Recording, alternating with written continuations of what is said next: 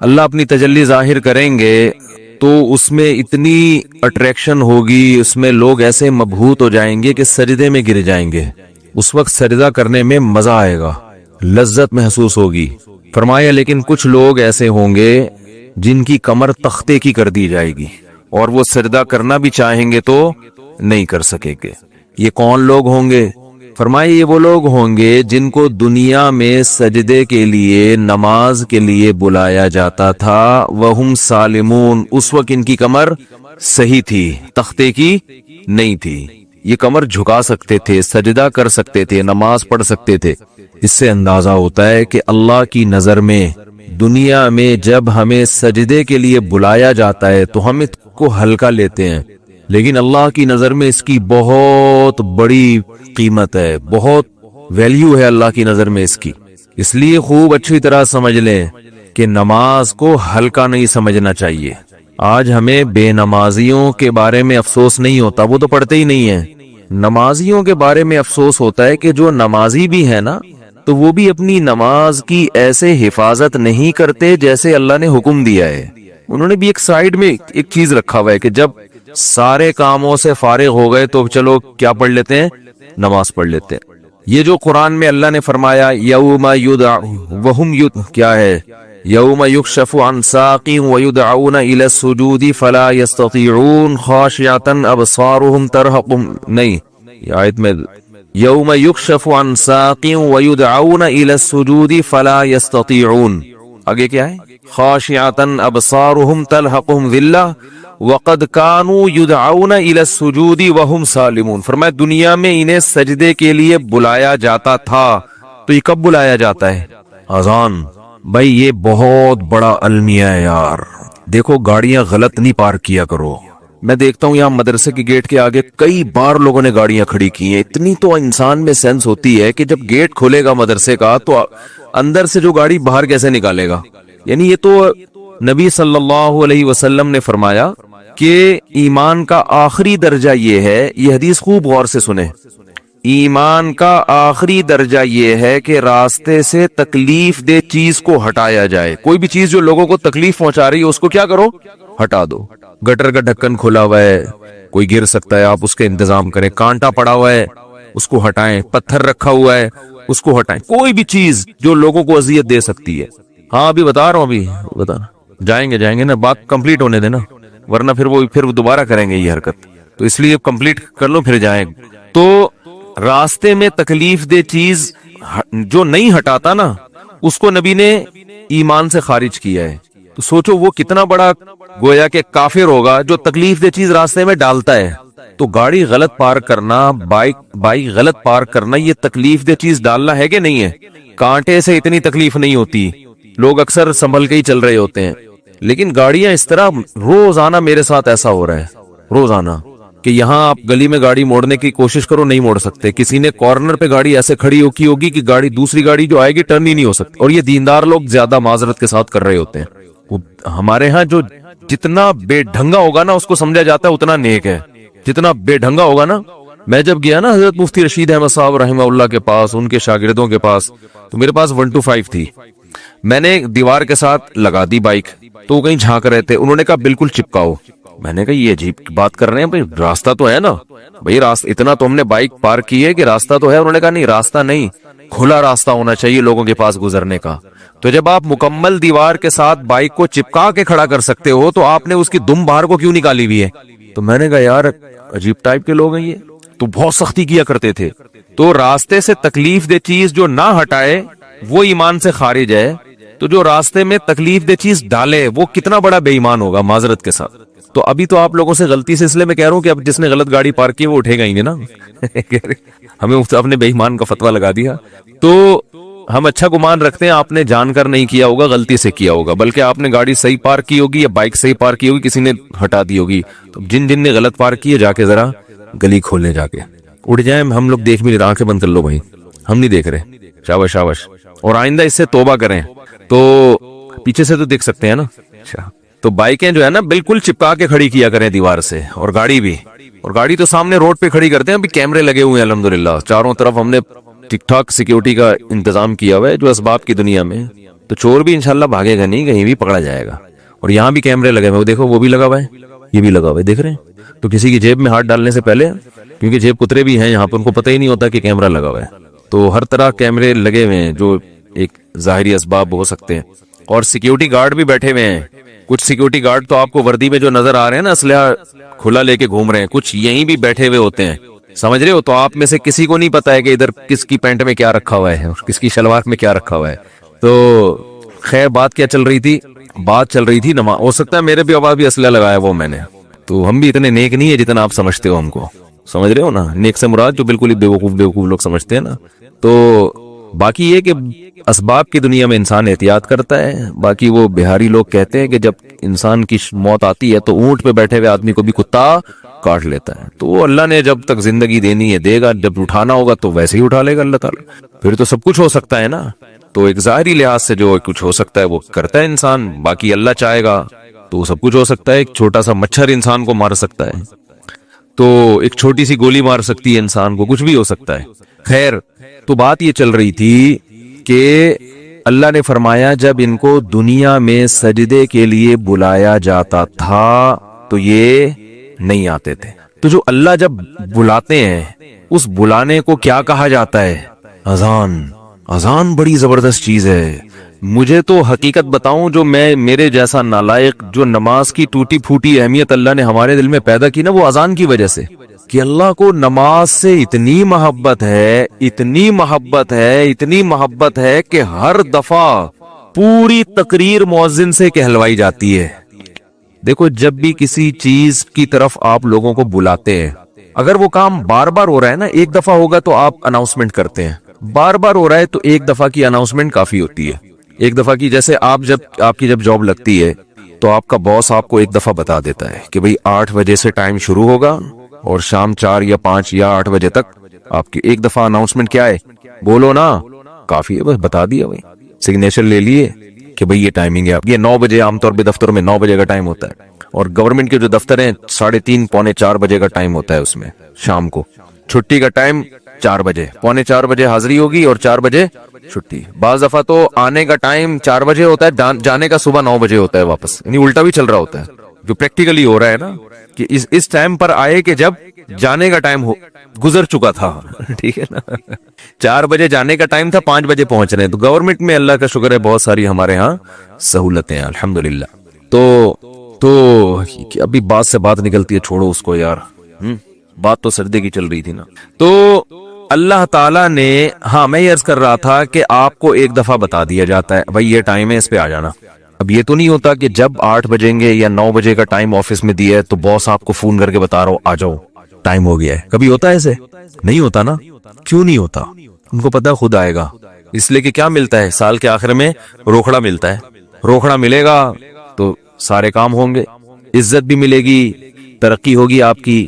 دیکھا جاتا ہے نا پرائیویٹ اداروں میں, تو دیکھا جاتا ہے, گورنمنٹ میں دیکھا جانا چاہیے کہ یہ اس کی حاضریاں کتنی ہیں اور کتنا کس نے کام کیا ہے. لہذا ان کو موٹیویٹ کرنے کے لیے آپ کو بار بار اناؤنسمنٹ کی ضرورت نہیں ہے.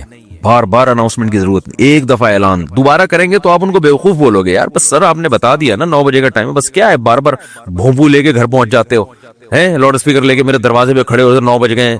یہ جو سحری جگانے والے آتے ہیں نا, مجھے ان سے اسی وجہ سے الرجی ہے. اور بھائی ہمیں پتا ہے یار سب کو, جس نے روزہ رکھنا ہے وہ اٹھ جائے گا. اب وہ پھر وہ جو گھومنا شروع کرتے ہیں محلے پڑوس میں, ایک گھر کا نمبر رات 2 بجے آ رہا ہے, دوسرے کا نمبر رات 4 بجے آ رہا ہے, سحری کا ٹائم 4 بجے شروع ہو رہا ہے تو 2 بجے ان کو کیوں اٹھا رہے ہو؟ یہ تو ایک بس عجیب سی ایک حساب کتاب ہے. تو خیر بار بار اناؤنسمنٹ نہیں کی جاتی, بار بار یاد دہانی نہیں کی جاتی.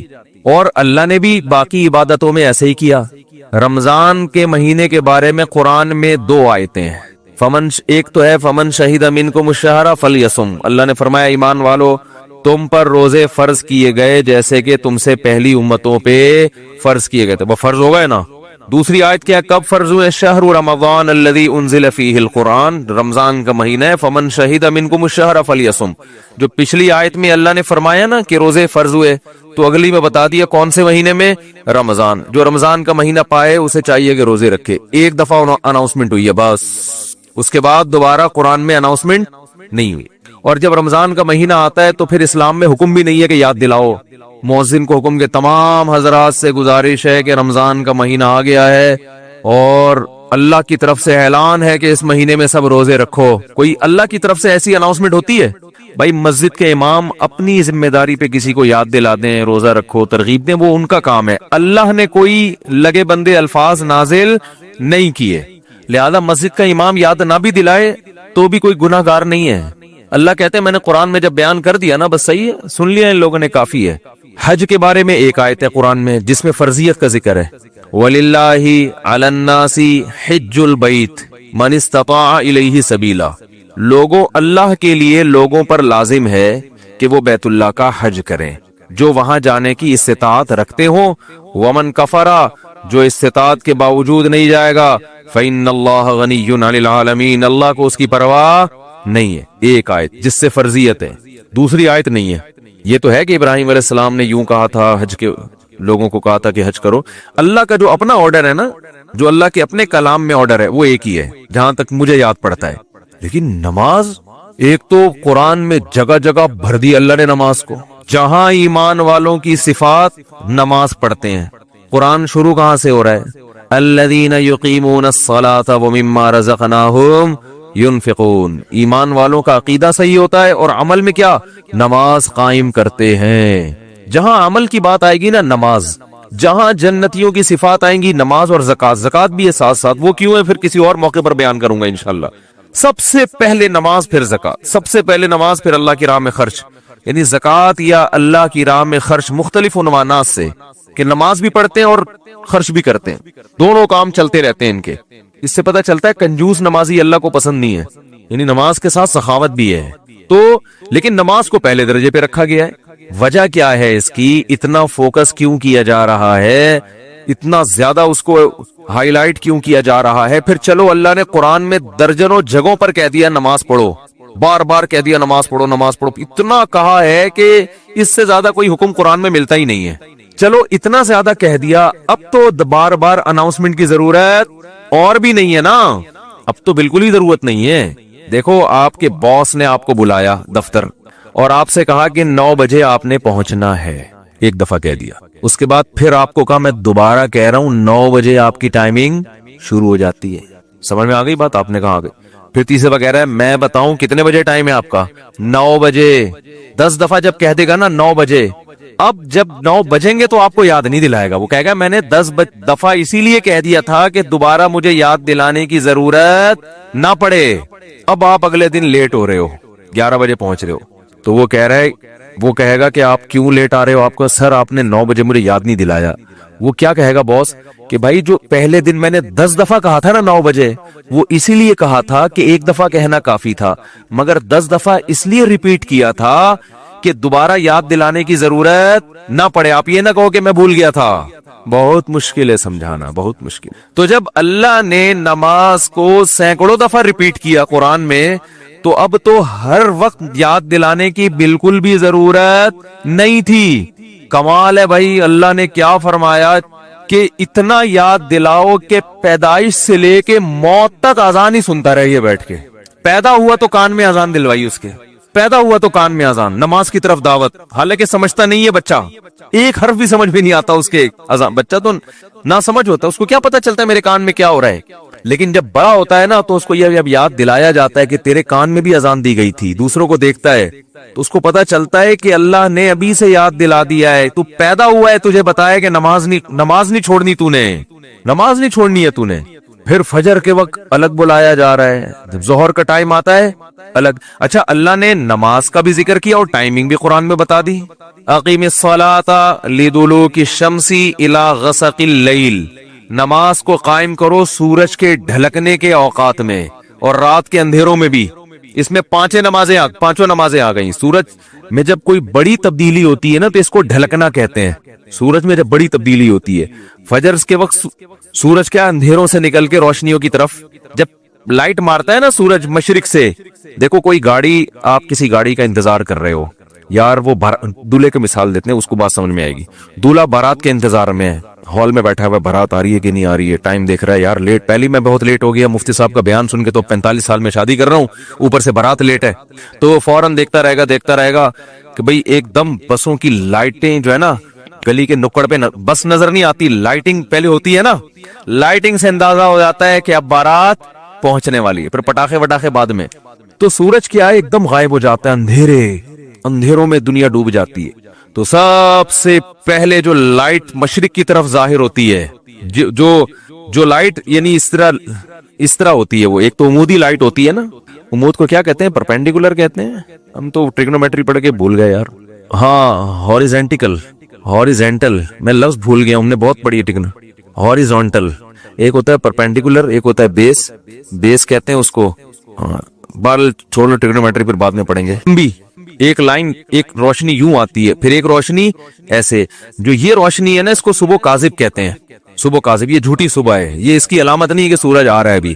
اس کے بعد جب ایک دم افق پہ یعنی مشرق کی طرف آسمان کے کنارے پہ جو ایسے لائٹ پھیلتی ہے نا, یہ وہ والی لائٹ ہے جو بارات آتے وقت ٹرک جو بس مارتی ہے نا لائٹ, اب یہ آ گئی ہے, اس سے پہلے تو کوئی سگریٹ پی رہا تھا یا کیا کر رہا تھا. تو اس کو کہتے ہیں صبح صادق, سچی صبح. وہ پہلے والی صبح سے دھوکا ہوتا ہے کہ شاید سورج نکل رہا ہے, وہ اس لیے اس کو صبح کاذب کہا جاتا ہے. اور اس کے بعد آتی ہے صبح صادق. تو وہ جو لائٹ مشرق کی طرف پھیلتی ہے نا ایسے لمبائی میں, وہ اس کی علامت ہوتی ہے کہ اب وہ اندھیرے ختم, ایک دم سورج ایک ڈھلکنا شروع ہو رہا ہے نا, ایک دنیا میں ایک بہت بڑی چینجنگ آ رہی ہے. تو اللہ نے فرمایا جیسے ہی دنیا میں یہ چینجنگ آئے گی, تبدیلی آئے گی اس سے, سورج کے ڈھلکنے سے, تم نے کیا کرنا ہے اس موقع پر, نماز قائم کرنا ہے, اپنے رب کو یاد کرنا ہے, میرا رب مجھے رات کے اندھیروں سے نکال کے دوبارہ, کتنی بڑی خدا کی قسم, یہ سورج کا طلوع ہونا اتنی بڑی نشانی ہے اللہ کے وجود کی. ایتھیس اور ملحد پاگل ہوتے ہیں, مجھے لوگ کہتے ہیں ملحدوں پہ کو معاف کر دیں, بیان نہ کریں آپ, بہت بیان ہو گیا ملحدوں پر, لیکن بھائی کیسے یار چھوڑ دیں, اتنی بڑی خدا کی نشانیت دیکھ کر جو بدبخت کہتے ہیں یہ آٹومیٹیکلی ہو رہا ہے. اور یار ایسا سسٹم, اتنا ایندھن اس کے اندر, ایسی روشنی, کیسا جیسے آپ تکے کو گھماتے ہیں نا جب پکاتے ہیں, کوئلے پہ جب تکا پکاتے ہیں, ادھر سے پک گیا اب کیا کرو, گھماؤ, یہ خود بخود گھومتا ہے, گھمانا پڑتا ہے, یا ایسا سسٹم لگانا پڑے گا کہ گھومے. وہ سسٹم کوئی لگا کے دیتا ہے. تکے میں خود بخود اتنی عقل نہیں ہوتی کہ کروڑوں سال میں ترقی کرتے کرتے ایسا بن گیا کہ آٹومیٹک گھومنا خود بخود ہی شروع, یہاں سے پک گیا اب یہاں سے پکاؤ, ہے بھائی یہاں سے تو پک گیا اب کیا کرو, اب یہاں سے پکاؤ مجھے. تکا خود بخود کروڑوں سال میں بھی اتنا ذہین نہیں ہوتا, تو یہ سورج اور زمین اتنے ذہین کیسے ہو گئے کہ سورج گیا اور پوری دنیا کو لائٹ دیتا دیتا, ساری دنیا میں کی فصلیں اگاتا, وٹامن ڈی پرووائڈ کرتے کرتے کرتے کرتے ابھی سورج امریکہ والوں کو نواز رہا ہے. اس وقت یہاں رات ہو رہی ہے نا, امریکہ میں دن ہے, سورج وہاں جا کے گوروں کو وٹامن ڈی دے رہا ہے, ان کی فصلوں میں جان پیدا کر رہا ہے. ہمارا نمبر, ابھی ہم تکے کی وہ والی سائڈ ہے جو انگارے کے دوسری طرف گئے ہیں ہم لوگ, بھئی یہاں سے تو زمین پک گئی ہے, اب اس کو تھوڑا سا اندھیرے میں رکھو, اس کو پکانے کی ضرورت نہیں ہے. اب میرے اس طرح پکانے کی باتیں کرنے سے ایتھیس کو تپانے کا کام ہو رہا ہے. حقیقت ہے نا, جب سورج پکا رہا ہے اور ایتھیس ہمیں تپا رہا ہے, خود بھی تپ رہا ہے الٹی باتیں کر کے. تو یہ بھائی کیسا خوبصورت نظام ہے یار, سورج کا جو طلوع ہے نا, خدا کی قسم یہ اللہ کی بہت بڑی نشانی ہے. لاکھوں کروڑوں سال ہو گئے سورج کی حرکت میں کوئی تبدیلی نہیں ہو رہی. کتنا بڑا آگ کا ایندھن ہے, آگ کا ایندھن زمین سے لاکھوں گنا بڑا. اتنی آگ, اتنا ایندھن کہاں سے آ گیا؟ اسٹیل مل میں جو ایندھن جس سے لوہا پگھلایا جاتا ہے یہ آٹومیٹکلی پیدا ہو گیا, یہ اس کو پیدا کیا گیا ہے, یہ تو ڈالا جاتا ہے نا اس میں بھٹیوں کو جلانے کے لیے. سورج میں کہاں سے آ گیا؟ اتنی آگ برسا رہا ہے, اور ایسی لائٹ ہے اس کی کہ آپ جب سورج کی روشنی ہوتی ہے آپ کے ہزار وولٹ کے بلب فیل ہو جاتے ہیں, پتہ ہی نہیں چل رہا ہوتا کہ جل رہے ہیں کہ بجھ رہے ہیں. تو کیا تن تناتا ہوا شان کے ساتھ مشرق سے نکلتا ہے. تو اللہ نے کہا ابھی نکلنے سے پہلے پوری دنیا کا نظام چونکہ چینج ہو رہا ہے, اندھیروں سے ڈوب کے تم روشنیوں کی طرف آ رہے ہو, تو جو ملحد ہوگا, جو خدا کا انکار کرنے والا ہے, اسے اس سے کوئی غرض نہیں ہے کہ اللہ نے مجھے دوبارہ زندگی دی, دوبارہ سورج میری خدمت کے لیے طلوع ہو رہا ہے اور اس زمین کا نظام دوبارہ سے کیا ہو رہا ہے, چینج ہو رہا ہے. وہ تو پڑا ہوا خواب خرگوش کے مزے لیتا رہے گا, کافر خدا کو یاد نہیں کرے گا. اور جو خدا کو مانتے ہیں, جو مشرک ہیں, وہ مندروں میں جا کے بتوں کے سامنے جھکیں گے, حالانکہ وہ تو خود پیدا کیے ہوئے ہیں ان بتوں کو اللہ نے. تبھی قرآن کہہ رہے لا تسجدوا للشمس ولا للقمر, سورج اور چاند کی خدمت کو دیکھ کے ان کو سجدہ مت کرو. واسجدوا للہ الذی خلقہن, سجدے کے لائق وہ خدا ہے جس نے سورج اور چاند کو بنایا ہے. ہندو کہتا ہے گائے ہماری بڑی خدمت کرتی ہے, گائے ہماری ماں ہے, ہمارا بھگوان ہے. او بھائی, جس خدا نے گائے کو تمہاری خدمت کے لیے بنایا ہے وہ ہے تمہارا اصل بھگوان, وہ ہے تمہارا اصل معبود. یہ گائے بنی نہیں ہے, بنائی گئی ہے. ایک میکینک نے گاڑی بنا کے آپ کو گفٹ دے دی, گاڑی کا شکریہ ادا کر رہے ہو آپ ہیں؟ بے وقوفی ہے یا نہیں ہے؟ ایک سائنٹسٹ نے گاڑی بنائی اور آپ کو دے دی, لو بھائی چلاؤ. ریوو بنائی, ریوو اس لیے کہہ رہا ہوں کہ مثال تو اچھی دینا آدمی. میں نے کہا ہے نا کہ دیکھو بعض لوگ, دیکھو غریب ہونا تو کوئی برائی ہے نہیں, ہمارے نبی صلی اللہ علیہ وسلم دنیا کے مسکین تھے. سوچ کا غریب ہونا کیا ہے, نقصان دہ. اس لیے میں انڈے والے برگر کی مثال نہیں دیتا, مثال ہمیشہ زنگر برگر کی ہوگی. کیا کھاؤ بے شک انڈے والا برگر, جیب میں دیکھو پیسے ہیں تو انڈے والا کھا لو, زنگر کیا تو لیکن مثال ہمیشہ کس کی دو, زنگر کی. تو مثال اچھی گاڑی کی دینی چاہیے. اور اس میں ایک اور حکمت بھی ہے جو کبھی اور کسی اور وقت بتائیں گے انشاءاللہ. تو آپ کو کسی نے, کمپنی نے ریوو دے کے نا آپ کو گفٹ دے دی, لے بھائی. اب آپ کیا کر رہے ہو کہ ریوو کا شکریہ ادا کر رہے ہو, تمہارا بہت شکریہ, تم میری زندگی میں آئی, تم مجھے بٹھا کے گھماتی ہو, تمہاری وجہ سے میری عزت ہو رہی ہے. تو بات یہ چل رہی تھی کہ آپ کو کسی نے ریوو گفٹ دی, یا آپ کو کسی نے گاڑی گفٹ دی, یا آپ کو کسی نے کوئی بھی ہدیہ دیا, انڈے والا برگر کھلا دیا, آپ برگر کی تعریفیں کر رہے ہو, برگر کے شکریہ ادا کر رہے ہو. تو ہندو یہی کر رہے ہیں, بھائی گائے تم پر احسان نہیں کر رہی, احسان اس ذات نے کیا جس نے اس گائے کو بنایا. تو خدا کہہ رہا ہے کہ نہ ملحدوں کی طرح خدا کا انکار کرو کہ یہ خود بخود ہو رہا ہے, اور نہ مشرکین کی طرح اصل خدا کو چھوڑ کر بنی ہوئی چیزوں کو پوجنا شروع کر دو. اسلام کتنا بیلنس کرتا ہے, کیسی اعتدال والی بات کرتا ہے. لا تسجدوا للشمس ولا للقمر, سورج اور چاند کو سجدہ مت کرو ان کی خدمت کو دیکھ کے. واسجدوا للہ الذی خلقہن, اس ذات کو سجدہ کرو جس نے ان کو بنایا. یہاں بھی سجدے کا ذکر ہے, نماز میں ہوتا ہے سجدہ. تو اللہ نے کیا فرمایا, اقیم الصلاۃ لدلوک الشمس, سورج کے ڈھلکنے. یہ سورج سے نا زمین کا بڑا سسٹم ہے, سورج کو بڑا قرآن نے پروٹوکول دیا ہے. قرآن نے اپنی نشانیوں میں, اگر میں یہ کہوں کہ جتنا سورج کو پروٹوکول دیا ہے شاید کسی اور نعمت کو نہیں دیا, تو شاید میری یہ دعویٰ غلط نہیں ہوگا. تبھی تو سورج سے نمازوں کے اوقات رکھے گئے ہیں. روزہ بھی سورج دیکھ کے ہوتا ہے, سورج غروب ہوگا تو روزہ افطار ہوگا, سورج طلوع ہونے سے پہلے روزہ بند ہوگا, نمازیں سورج کے اوقات پر. تو یہ کیا ہے, اس لیے کہ دلوک کہتے ہیں ڈھلکنا. تو اللہ نے ڈھلکنے کے اوقات اس لیے رکھے کہ اس وقت دنیا میں بڑی بڑی تبدیلیاں آ رہی ہوتی ہیں, بڑی بڑی تبدیلیاں. رات کے اندھیرے دور ہونا شروع ہو جاتے ہیں, بہت بڑی چینجنگ دنیا میں آتی ہے جس کا پوری دنیا پہ بھی اثر پڑتا ہے, آپ کی باڈی پہ بھی اثر پڑتا ہے, پوری دنیا کے نظام پہ اثر. وہ کیا ہے, سورج کی جو کرنیں ہیں, مشرق سے بھی سورج کے طلوع ہونے کا ٹائم ہوا ہے, آپ کو روشنی دیکھ کے اندازہ ہو جاتا ہے کہ اب صبح ہونے والی ہے اور اس زمین کے نظام میں تبدیلی آنے والی. تو عقل مند لوگ کیا کرتے ہیں, اللہ نے فرمایا اس موقع پر تم نے کس کو یاد کرنا ہے, اللہ کو یاد کرنا ہے. کس طرح, جس طرح اللہ کہتا ہے میں بتاؤں گا اس طرح یاد کرنا ہے. کیونکہ اگر اللہ نہ بتاتا کس طرح یاد کرنا ہے, پھر ہم عبادت کے وہ طریقے نکال لیتے جو غیر مسلموں نے نکالے ہوئے ہیں, عجیب عجیب سے. جب انسان کو پتہ نہیں ہوتا نا کیسے عبادت کرنی ہے, تو لوگوں کی رائے پہ چھوڑ دیا جاتا. فرض کریں اسلام کہتا بھائی صبح سورج کے طلوع ہونے سے پہلے, صبح صادق کے بعد تم نے عبادت کرنی ہے.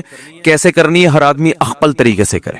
تو لوگوں کے الگ الگ کانسیپٹ ہوتے, کچھ ایسے عبادت کرتے, وہ کہتے ہیں ہم اللہ کے لیے میلے کچھ ایلے رہیں گے. یہ بھی ایک نظریہ ہے لوگوں میں. برما میں گیا, بدھسٹ نظر آئے, 6 مہینے سے کہا جاتا ہے کہ نہائے نہیں ہے. یہ ان کا خیال ہے کہ اس طرح بھگوان کیا ہوتا ہے, خوش ہوتا ہے, نہائے نہیں. کچھ ایسا کرتے کہ ننگ دھڑنگ رہنے کو عبادت سمجھتے. یہ بھی آپ کو بعض مذاہب میں ملے گا, وہ کہتے ہیں ہم تو برہنہ پیدا ہوئے تھے بھائی, یہ لباس تو نیچر کے خلاف ہے. وہ بھی کچھ دن پہلے میں نے فیس بک پہ ایک انٹرویو دیکھا, شکر ہے وہ آگے میز لگائی ہوئی تھی, انہوں نے انٹرویو کے دوران انہوں نے یہ عقل بندی کی, وہ ایک برہنہ بیٹھا ہوا ہے بالکل ہی لباس لیس. تو اس سے پوچھنے کے اس تکلف کی ضرورت کیا تھی آپ کو, تو وہ کہہ رہے ہم تو انسان کیا ہے, پیدا کیسے ہوا ہے,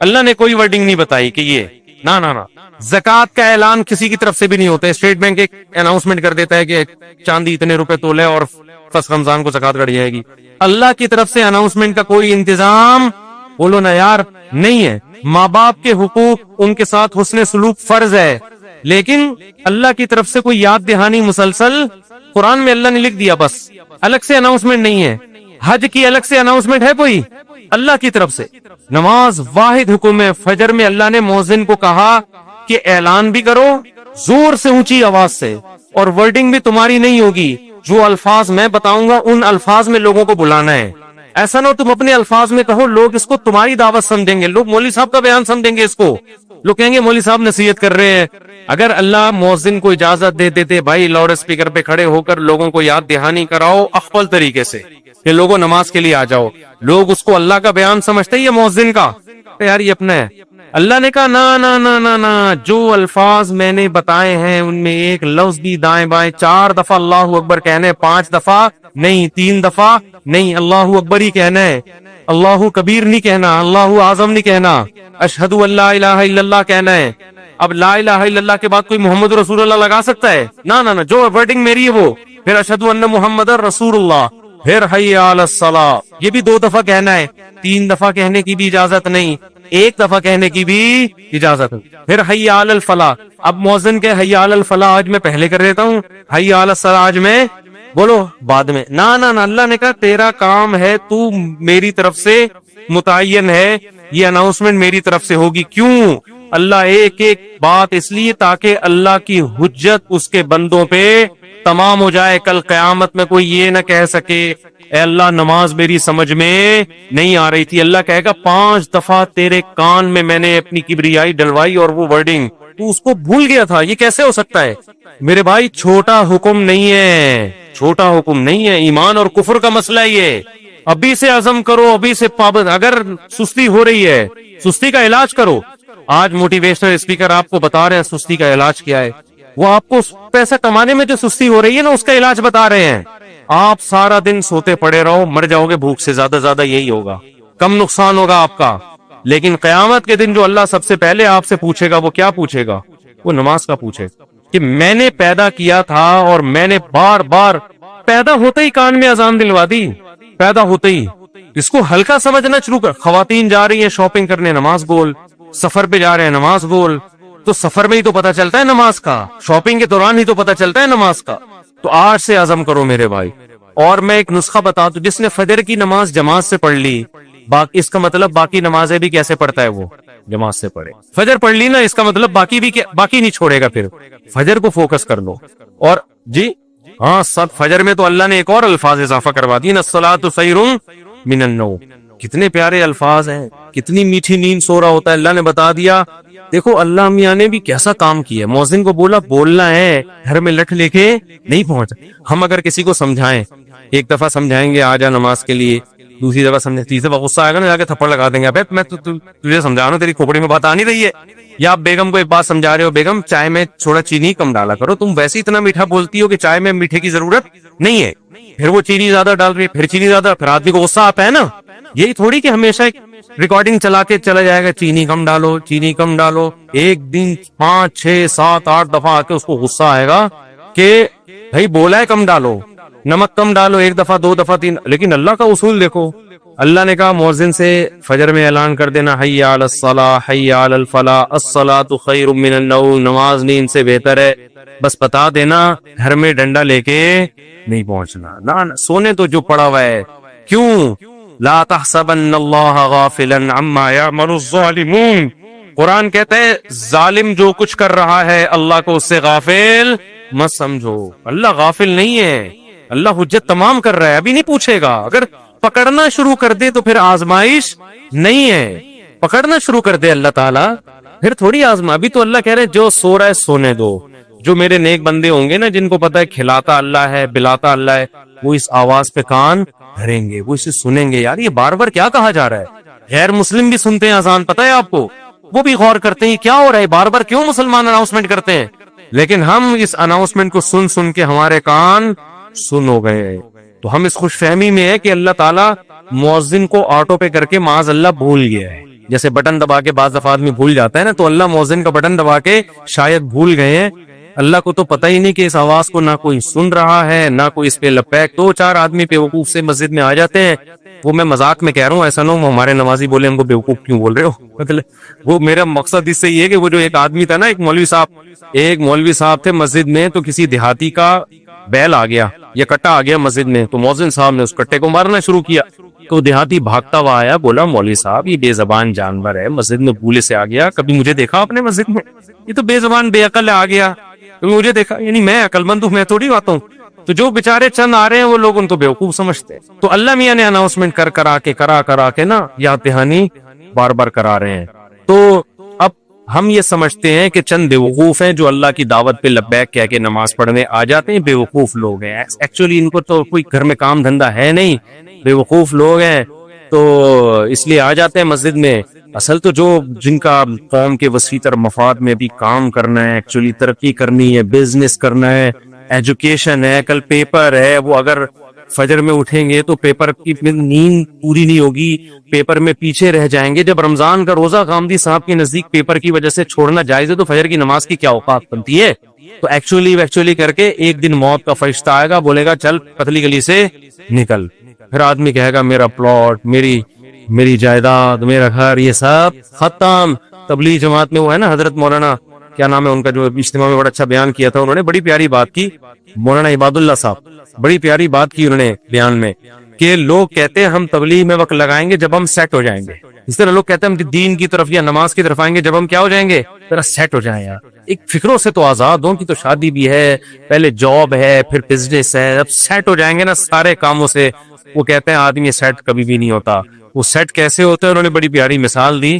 ایسے سیٹ ہوتا ہے کہ وہ کہتا ہے میں سیٹ ہوں گا, ہو نہیں رہا, ایک مسئلے کے بعد دوسرا مسئلہ, دوسرے کے بعد تیسرا مسئلہ, ہوتے ہوتے ایک دن موت کا فرشتہ آتا ہے اور بالآخر اس کو قبر میں اتار دیتا ہے. پھر اس کے رشتہ دار اس کو قبر میں اتارتے ہیں اور دیکھتے ہیں اس کو قبلہ رخ کر کے ذرا صحیح طرح سے لیٹاؤ. صحیح طرح سے لیٹانے کے بعد پھر کیا کہتے ہیں, اب سیٹ. مردے کو کہتے ہیں نا اب یہ کیا ہے, اب سیٹ ہے, اب مٹی ڈال. اس سے پہلے پتھر نہیں رکھتے قبر میں جب تک مردہ سیٹ. بھائی مردہ ٹیڑھا میڑا قبر میں پڑا ہوگا تو کوئی مٹی ڈالتا ہے, پہلے سیٹ کرتے ہیں نا اس کو.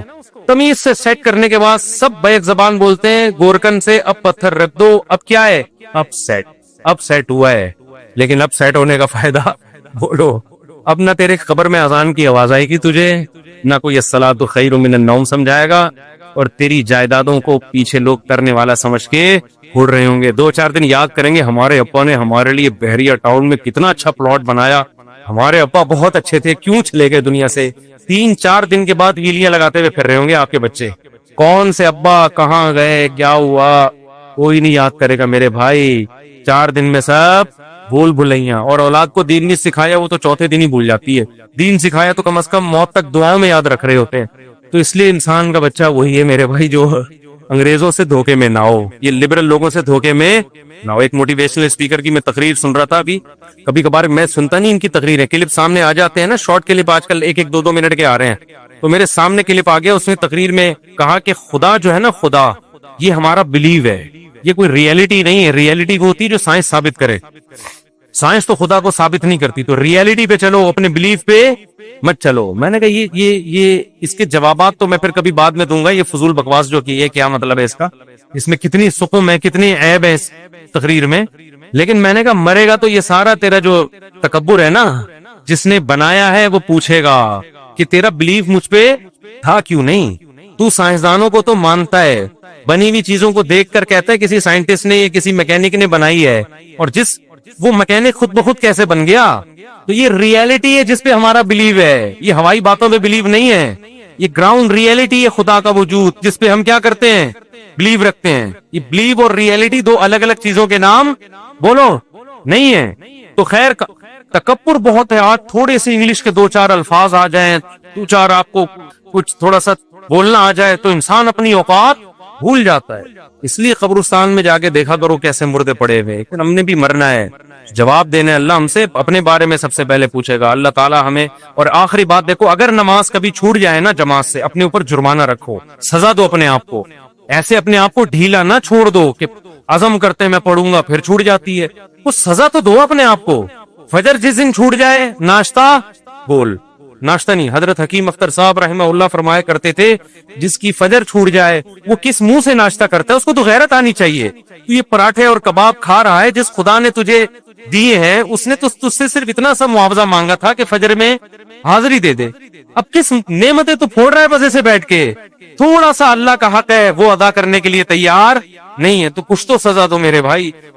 اللہ تعالیٰ انہیں ان کی خطاؤں سے درگزر کریں گے اور انہیں ایسے باغات میں داخل کریں گے جن کے نیچے نہریں بہتی ہیں, جن باغات میں وہ ہمیشہ ہمیشہ رہیں گے. ذالک الفوز العظیم, یہ بہت بڑی کامیابی ہے. یہ وہ جنت ہے جس کا تذکرہ قرآن مجید میں بے شمار ہے, بے شمار. ہونا تو یہ چاہیے, اصول اور ضابطے کی بات یہ ہے کہ جب کسی چیز کی خبر دی جاتی ہے تو ایک مرتبہ دینا کافی ہوتا ہے. آپ اگر کسی کو ایک دفعہ کوئی خبر دیں کہ فلاں جگہ یہ واقعہ ہوا ہے یا ہوگا, ایک دفعہ کی خبر کافی ہے. دوسری مرتبہ جب آپ اسے خبر دیں گے تو وہ آپ سے کہے گا کہ یہ بات میں آپ سے پہلے بھی سن چکا ہوں, دوبارہ بتانے کی ضرورت نہیں ہے. پھر اگر تیسری مرتبہ آپ اسے کہیں گے تو کہے گا بھائی کتنی مرتبہ بتاؤ گے, سن سن کے کان پک گئے ہیں, بار بار ایک ہی رٹ لگائے چلے جا رہے ہو. پھر اگر چوتھی مرتبہ بھی بتائے آپ ملنا بند کر دیں گے, انگلیاں ٹھوس لیں گے.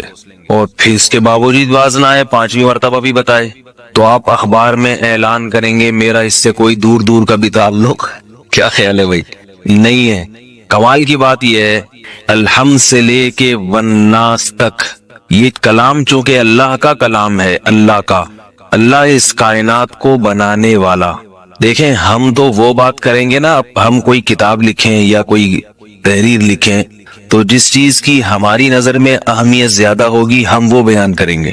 یہ جو شخص جو بار بار ایک چیز کی خبر دے رہا تھا یہاں تک کہ آپ نے اخبار میں اعلان کر دیا کہ میرا اس سے کوئی تعلق نہیں ہے, تو یہ خبر دینے والا یا تو پاگل اور دیوانہ تھا یا یہ کہ وہ خبر ایسی تھی جس خبر میں آپ کے لیے اہمیت ہو نہ ہو اس کے لیے بہت زیادہ اہمیت تھی.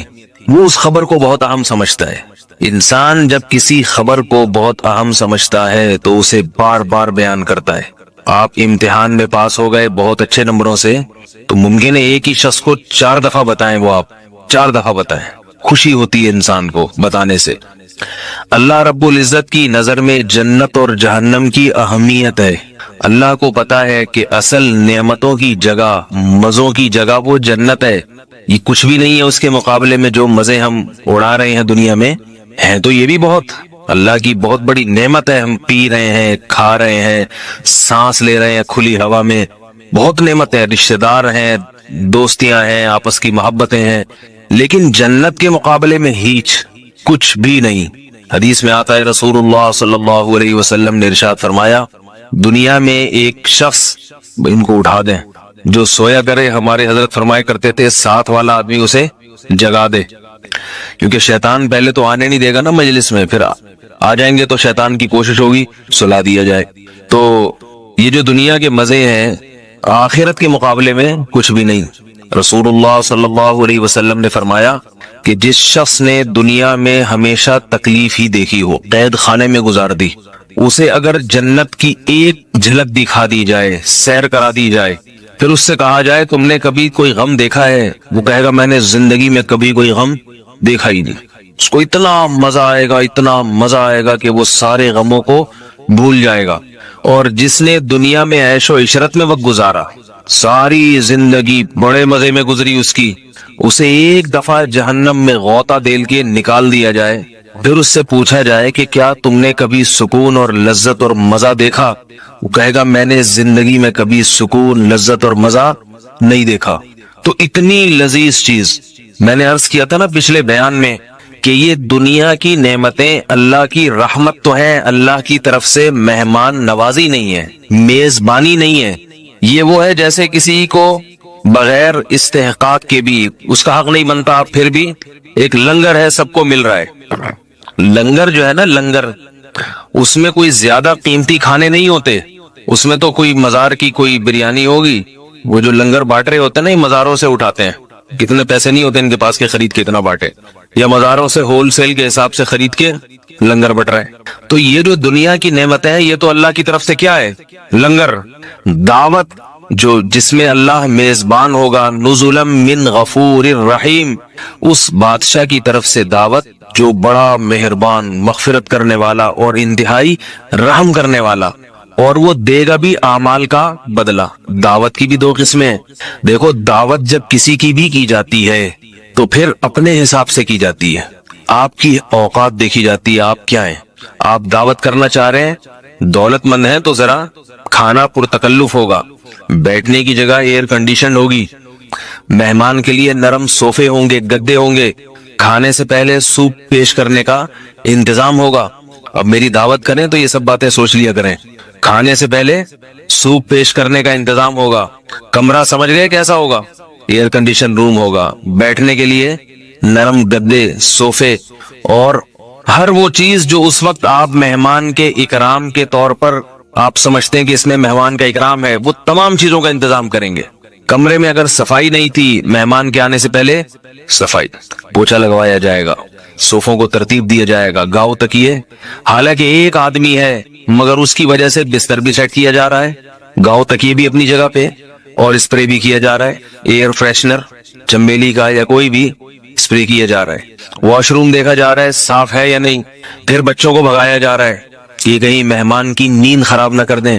حالانکہ یہ مہمان وہ ہے جس نے آپ کو کچھ دیا نہیں ہے, بس ایک عزت دار آدمی ہے جسے آپ سمجھتے ہیں کہ یہ مہمان بننے کے قابل ہے. اور ایک دعوت وہ ہوتی ہے جس میں محدود نشستیں ہوں, اس میں مخصوص لوگوں کو آنے کی اجازت ہو, اور وہ مخصوص وہ لوگ وہ ہیں کہ جنہیں آپ نے جن کے ذمے کوئی کام لگایا اور انہوں نے وہ کام پورا کر دیا. اور کام بھی تھوڑا نہیں لگایا, ان کے ذمے اللہ نے لگایا کہ دن بھر میں 5 نمازیں پڑھنی ہے, اللہ کے سامنے آ کے سجدہ کرنا ہے. یہ ساری زندگی نماز پڑھتے رہے, ساری زندگی. دنیا میں ہر کام کی چھٹی ہے, کوئی دنیا کا کام ایسا نہیں ہے جو چھٹی کے بغیر ہوتا ہو, لیکن نماز ایسی چیز ہے کہ جس دن فرض ہوتی ہے, بلوغت کی دہلیز پہ انسان قدم رکھتا ہے, فرض ہوئی اور موت تک پھر چھوٹتی نہیں ہے. سفر ہو, حضر ہو, پڑھتا ہی چلا جائے گا, پڑھتا ہی چلا جائے گا, کسی دن بھی معاف نہیں ہے. نماز صرف ایک حالت میں معاف ہوتی ہے, بے ہوش ہو گئے آپ, اور 24 گھنٹے سے پہلے ہوش آ گیا تو جتنی بے ہوشی میں نمازیں گزری ساری پڑھنی پڑیں گی, وہ بھی ہوش آتا ہی واجب ہو جائیں گی. اور خواتین پر طہارت جب کی حالت میں نہ ہو, وہ اس لیے مجبوری ہے کہ ناپاکی میں نماز نہیں ہوتی. اور نماز اس وقت معاف ہوتی ہے کہ جب آپ اتنے معذور ہو جائیں کہ گردن بھی نہ ہلا سکتے ہو نماز پڑھنے کے لیے. اگر آپ اتنے معذور ہیں کہ گردن کے اشارے سے نماز پڑھ سکتے ہیں تو بھی نماز پڑھنی پڑے گی, اور اگر اس سے بھی گئے پھر نماز معاف ہوگی, لیکن صحیح ہو گئے پھر پڑھو ساری. تو یہ ذمہ داری اس نے پوری کی ہوگی, نمازوں کی پابندی کی, نیند کو قربان کیا, اور 5 وقت وضو کیا. رسول اللہ صلی اللہ علیہ وسلم نے فرمایا میری امت جو وضو کرتی ہے نا 5 وقت, کس کو خوش کرنے کے لیے کرتے ہیں ہم. دیکھو لوگ چہرہ دھوتے ہیں کسی دعوت میں جانے کے لیے تاکہ ہم اچھے لگیں. اگر مسجد گھر سے 3 کلومیٹر دور ہو تو کیا گھر میں ہم نماز پڑھ سکتے ہیں؟ بہتر یہ ہے کہ آپ مسجد جائیں, جتنی دور سے مسجد جائیں گے آپ کو ثواب ملے گا. نبی صلی اللہ علیہ وسلم نے فرمایا دیارکم تکتب آثارکم, اپنے گھروں اگر تمہارے گھر مسجد سے دور ہے تو دور ہی رہنے دو, کیونکہ تم جب دور سفر کر کے آتے ہو تو یہ سارا سفر تمہارا لکھا جاتا ہے, اس کے یعنی اس پہ اجر ملے گا. لیکن جماعت سے نماز واجب نہیں ہے. اگر 3 کلومیٹر مسجد گھر سے دور ہے یعنی مسجد کی جماعت واجب نہیں ہے, تو آپ نے 2 کام کرنے. ایک تو یہ کہ جب تک مسجد جا نہیں سکتے آپ گھر میں جماعت سے نماز کا اہتمام کریں, کوئی چھوٹا موٹا مصلی بنا لیں, لوگ وہاں جمع ہو کے جماعت کر لیا کریں. اور دوسرا جلد سے جلد کوشش کریں مسجد بنانے کی, اپنے گھر کے قریب کوئی مسجد ہو, محلے میں مسجد کا ہونا ضروری ہے تاکہ لوگ اہل محلہ وہاں جمع ہو کے جماعت سے نماز پڑھیں. جب تک مسجد کا انتظام نہیں کر لیتے تو گھر میں جماعت کرائیں. کیا تبلیغی جماعت میں جانا فرض ہے؟ علی الاطلاق تو کوئی بھی فرضیت کا قائل نہیں ہے, لیکن اپنی اصلاح کرنا بہرحال فرض ہے. اگر اپنی اصلاح گھر میں بیٹھ کے ممکن نہیں ہے اور غالب گمان ہو کہ تبلیغ میں جانے سے میری اصلاح ہو جائے گی, تو ایسے شخص کے لیے تبلیغ میں جانا لازم ہے, فرض ہے. وجہ اس کی یہی ہے کہ اپنی اصلاح جن چیزوں پر موقوف ہے وہ چیزیں بھی فرضی ہوتی ہیں. اس کی مثال ہے, آپ کو پتا ہے کہ میں یہ دوا کھاؤں گا تو علاج یعنی مجھے شفا ملے گی، نہیں کھائی تو میں مر جاؤں گا. جب یقین ہو جائے کہ یہ دوا اگر میں نے نہیں کھائی تو مر جاؤں گا، تو دوا کھانا بذات خود تو فرض نہیں ہے، لیکن ایسی کنڈیشن میں تو فرض ہو جائے گا نا جان بچانے کے لیے. تو اسی طرح تبلیغ میں جانا علی الاطلاق تو یہ کوئی بھی نہیں فتویٰ دیتا کہ سب پہ فرض ہے، لیکن عام لوگوں کے لیے بلکہ بعض علماء کے لیے بھی جن کے اور کوئی ذریعہ اصلاح کا نہیں ہے، اصلاح کی ضرورت سب کو ہے، علماء کو بھی عوام کو بھی. تو جس کی اصلاح اس پر موقوف ہو اس کو پتا ہے کہ میں مجھ سے گناہ نہیں چھوٹیں گے جب تک میں تبلیغ میں وقت نہیں لگاؤں گا، تو ایسے شخص پر بہرحال لازم ہے تبلیغ میں جانا. کیا مہر میں حج کا مطالبہ کر سکتے ہیں؟ جی کر سکتے ہیں. ہنڈی کے ذریعے پیسے بھیجنا شریعت میں کیسا ہے؟ شریعت اللیگل کاموں کو اپریشیٹ نہیں کرتی، حتی الامکان اس سے بچنا چاہیے. بیوی اگر شوہر کے ساتھ پارٹنرشپ میں کام کر رہی ہے تب بھی کیا شوہر کی اطاعت ضروری ہے؟ جی بالکل. پارٹنرشپ ایک الگ چیز ہے، بزنس الگ چیز ہے، لیکن اس کا بیوی والا رشتہ ختم تھوڑی ہو جائے گا اس پارٹنرشپ سے. جائز چیزوں میں شوہر کی اطاعت لازم ہے. میرے 4 بچے آپریشن سے ہوئے ہیں، ڈاکٹر نے کہا ہے کہ ایک بچہ ہوا تو آپ کی جان جا سکتی ہے، کیا میں منصوبہ بندی کی دوا لے سکتی ہوں؟ دیکھیں اس میں ایک ڈاکٹر کی رائے کا اعتبار نہیں ہے، آپ بہت سارے ڈاکٹروں سے رائے لیں. اور دوسرا جان جا سکتی ہے کا کیا مطلب ہے؟ جا سکتی تو یعنی جا تو کسی کی بھی جان کسی بھی وقت سکتی ہے، کتنا گمان ہے جان جانے کا، کتنا خطرہ ہے؟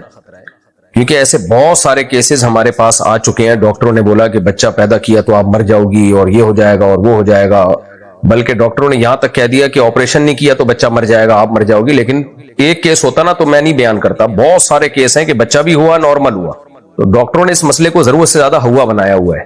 بہرحال میرا کام ہے اصولی جواب دینا. اگر 3-4 ڈاکٹروں سے آپ رائے لے لیں، اپنی رپورٹ پیش کر کے ان سے رائے لے لیں اور ڈاکٹر کہیں کہ غالب گمان ہے کہ آپ کی جان جانے کا خطرہ ہے، تو پھر آپ مانع حمل یعنی حمل روکنے کی تدبیریں اختیار کر سکتی ہیں. لیکن بچہ دانی ہی نکال دینا یہ تغییر خلق اللہ ہے، اللہ کی تخلیق کو بگاڑ دینا ہے، یہ جائز نہیں ہے. آپریشن کے ذریعے لڑکی کا لڑکا بن جانا کیسا ہے؟ ناجائز ہے، حرام ہے.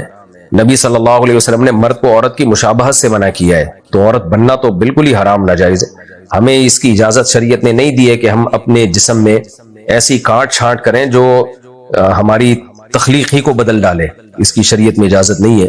نبی صلی اللہ علیہ وسلم نے ان عورتوں پر بھی لعنت فرمائی. صحیح حدیث ہے کہ جو اپنے دانتوں میں خلا پیدا کرواتی ہیں، تو آپ زینت اختیار کر سکتے ہیں میک اپ شیک اپ کے ذریعے، نہا دھو کے. کوئی عیب جسم میں پیدا ہو گیا ایکسیڈنٹ کے ذریعے، اس عیب کو بھی دور کیا جا سکتا ہے، لیکن جو آپ کو اللہ نے اسٹرکچر ایک دیا ہے اس میں کاٹ چھانٹ کر کے اس کو چینج نہیں کیا جا سکتا کہ موٹی ناک تھی تو آپ نے پتلی لگا دی. آج کل یہ بہت ہو رہا ہے، لپس کے آپریشن ہو رہے ہیں اور انجیکشن لگ رہے ہیں اس میں. جن خواتین کے ہونٹ باریک ہیں وہ موٹے کر دیتی ہیں، موٹے ہونٹوں کو باریک کر دیا جاتا ہے. ایسی کاٹ چھانٹ جسم میں ڈینٹنگ پینٹنگ اس طرح کی جائز نہیں ہے، حرام ہے، ناجائز ہے. بہت ساری حدیث ہیں اس بارے میں، اور یہ مسئلہ اجماعی ہے. اجماع امت خود ایک بہت بڑی دلیل ہوتی ہے کہ نبی صلی اللہ علیہ وسلم نے فرمایا میری امت گمراہی پہ جمع نہیں ہو سکتی. محمد جنید ہندوستان سے، آج کل غسل خانے میں عام طور پر ننگے بدل غسل کرتے ہیں، کیا وضو ہونے کے لیے سطر کا چھپانا ضروری ہوتا ہے؟ نہیں جی، وضو کے لیے سطر کا چھپانا ضروری نہیں ہے، ہو جاتا ہے اس طرح غسل، اور اس سے وضو بھی ہو جائے گا اسی طریقے سے. اگر غسل کے دوران اعضائے وضو دھونے کے بعد پرائیویٹ پارٹس پر ہاتھ لگ جائے تو کیا اعضائے وضو کو دوبارہ دھونا ضروری ہوگا؟ نہیں جی، دوبارہ دھونا ضروری نہیں. باقی ویسے ایک نظافت کا تقاضا ہے کہ اگر شرمگاہ پہ ہاتھ لگ جائے انسان ویسے ہی دھوتا ہے اس کو، لیکن اس سے وضو نہیں ٹوٹتا. امبرین سلطان یو پی سے، سسرال والے بہت بے دین ہوں تو کیا کریں جبکہ وہ مجھے بھی پردہ نہیں کرنے دیتے؟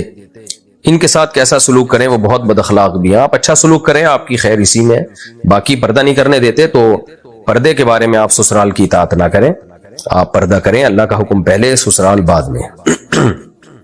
انجم صاحب ممبئی سے، ہم نے اپنی بیٹی کو خلا دلوا دیا ہے، خلا کے بعد بیٹی کے بچے کی پیدائش ہوئی جس کا خرچہ ہم نے اٹھایا. اب لڑکے والوں نے کچھ پیسے بچے کے اخراجات کے لیے بھیجے ہیں، تو کیا ان پیسوں سے میری بیٹی اپنے اوپر خرچ کر سکتی ہے یا یہ پیسے بچے پر ہی خرچ کرنا ضروری ہے؟ بچے پر ہی خرچ کرنے پڑیں گے آپ کو یہ پیسے. نبی صلی اللہ علیہ وسلم نے معراج کے سفر میں بہت سے نبیوں کی امامت کی جبکہ سب ہی نبی دنیا چھوڑ کر جا چکے تھے، وضاحت فرما دیجئے. دیکھیں یہ اللہ تعالیٰ نے انبیاء کی یا تو ارواح کو جمع کیا، جتنے بھی انبیاء کی روحیں ہیں ان کو جمع کیا اور ان کو جسم مثالی دیا. تو یہ جسم مثالی کے ساتھ انبیاء کی روحیں جمع ہوئی ہیں، اور نبی صلی اللہ علیہ وسلم نے بیت المقدس میں تمام پیغمبروں کی پھر امامت کی ہے. تو اللہ کے لیے سب کچھ ممکن ہے.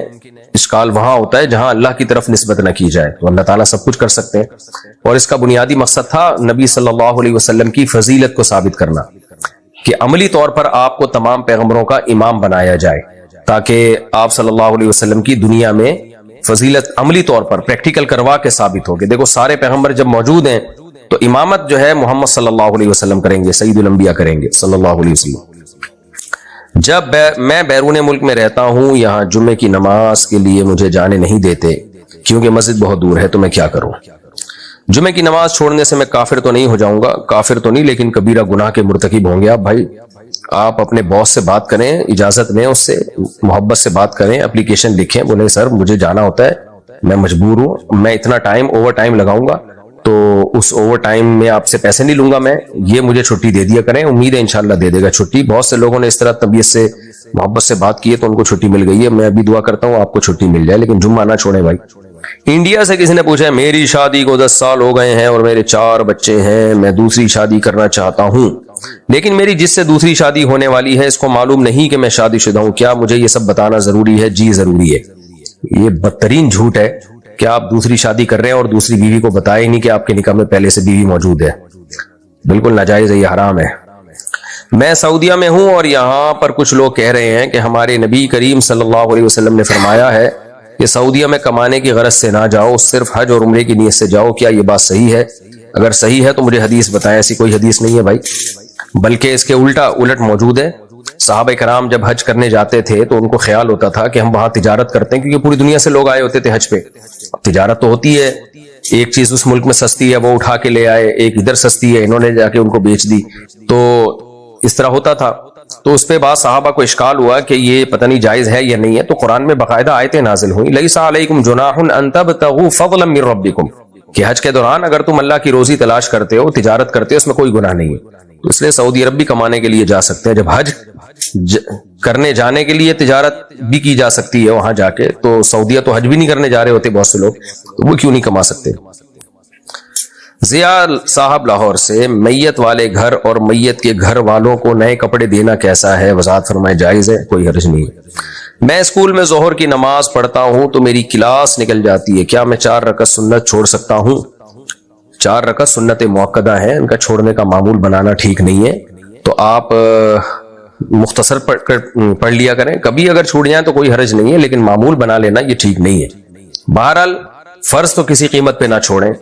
اگر کلاس کا بہت ہی زیادہ حرج ہونے کا خطرہ ہے تو پھر سنتوں میں چھوڑنے کی گنجائش ہے، بعد میں پڑھ لیں جب فارغ ہو جائیں. عبدالصمد صاحب انڈیا سے، آپ جو مسئلے بتاتے ہیں اسے ہم گھر میں فیملی کے ساتھ، ماں باپ کے ساتھ سنتے ہیں، کبھی کبھی حیا کے خلاف مسئلہ آتا ہے تو شرمندگی ہوتی ہے. آپ سے گزارش ہے کہ جو بھی حیا کے خلاف مسئلہ آیا کرے یا خواتین کے مخصوص قسم کے مسائل آئیں تو بتانے سے پہلے اگر آپ بتا دیں کہ حیا کے خلاف ہے، یا یہ کہہ دیں کہ یہ خواتین کا مسئلہ ہے، اور 4 یا 5 سیکنڈ رک جائیں تاکہ ہمیں موقع مل جائے کہ ہم اس مسئلے کو اسکپ کر سکیں، تو یہ ہمارے لیے بہتر ہوگا. بہت بہترین تجویز دی عبدالصمد صاحب انڈیا سے آپ نے، آئندہ انشاءاللہ میں اس کا خیال کروں گا. اصل میں یہ جو میں مسائل کا جواب دیتا ہوں نا، یہ بالکل فی البدیہی ہوتے ہیں، پہلے میں دیکھتا نہیں ہوں، ادھر مسائل دیکھ رہا ہوں اور جواب ٹھک ٹھک ٹھک چل رہے ہیں. تو کوئی مسئلہ ایسا ہو جس میں ذرا کنفیوژن ہو مجھے، تو اس کا پھر میں اسکرین شاٹ اسی دوران لے لیتا ہوں. مسائل کا جب میں جواب دے رہا ہوتا ہوں اسی دوران اسکرین شاٹ لے لیتا ہوں کہ اس پہ بعد میں تحقیق کروں گا، ورنہ فی البدیہی تو بعض دفعہ وہ مسئلہ پڑھنے کے بعد پتہ چلتا ہے کہ حیا کے خلاف ہے، لیکن ایک سرسری نظر میں ڈال دیا کروں گا انشاءاللہ. ایک شخص جو کہ بیرون ملک میں ہے اور وہ یہ الفاظ کہے کہ میں نے آپ کی بہن کو طلاق کیا ہے، طلاق کیا ہے، طلاق کیا ہے، میں یہ جاننا چاہتا ہوں کہ طلاق واقع ہو گئی یا نہیں؟ جی ہو گئی، بالکل صریح واضح طلاق ہے. طلاق دی ہے، طلاق کیا ہے، وہ مطلب ایک ہی ہے. کیا اب دیکھو یہ حیا کے خلاف مسئلہ ہے، اور یہ ڈاکٹر سے پوچھنے کا مسئلہ ہے، یہ مفتی سے پوچھنے کا مسئلہ نہیں ہے. انہوں نے نام بھی نہیں لکھا اور اپنا شہر بھی نہیں لکھا، تو میں تاکہ وہ سمجھ جاتے ہیں کہ کس کی بات ہو رہی ہے. تو آپ یہ مسئلہ جو ہے نا، جنہوں نے پوچھا ہے، اب نام تو لکھو. ہم نے تو آپ سے کہا کہ نام نہ چھپانا چاہتے ہیں تو کم از کم کنیت کوئی لکھ دیں، کوئی ایسا فرضی نام لکھ دیں تاکہ آپ کو پتہ تو ہو کہ آپ کے مسئلے کا جواب دیا جا رہا ہے.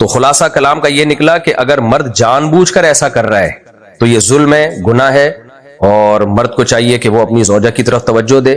اگر جان کے ایسا نہیں کر رہا بلکہ وہ معذور ہے، معذوری کی پھر دو صورتیں ہوتی ہیں، یا تو وہ نامرد ہے تو علاج کرائے نامردی کا، اور بعض دفعہ یہ ہوتا ہے نامرد نہیں ہوتا، بالکل فٹ ہوتا ہے، لیکن بیوی میں اس کو رغبت نہیں ہوتی۔ اس کی وجہ یہ ہے کہ بیوی میں کوئی اٹریکشن نہیں ہوتی، اس کی عمر زیادہ ہو گئی ہے، یا کیونکہ یہ سب چیزیں میڈیکلی ثابت شدہ حقیقت ہے، اس کا اچھا یہ برا ہونے سے تعلق نہیں ہے۔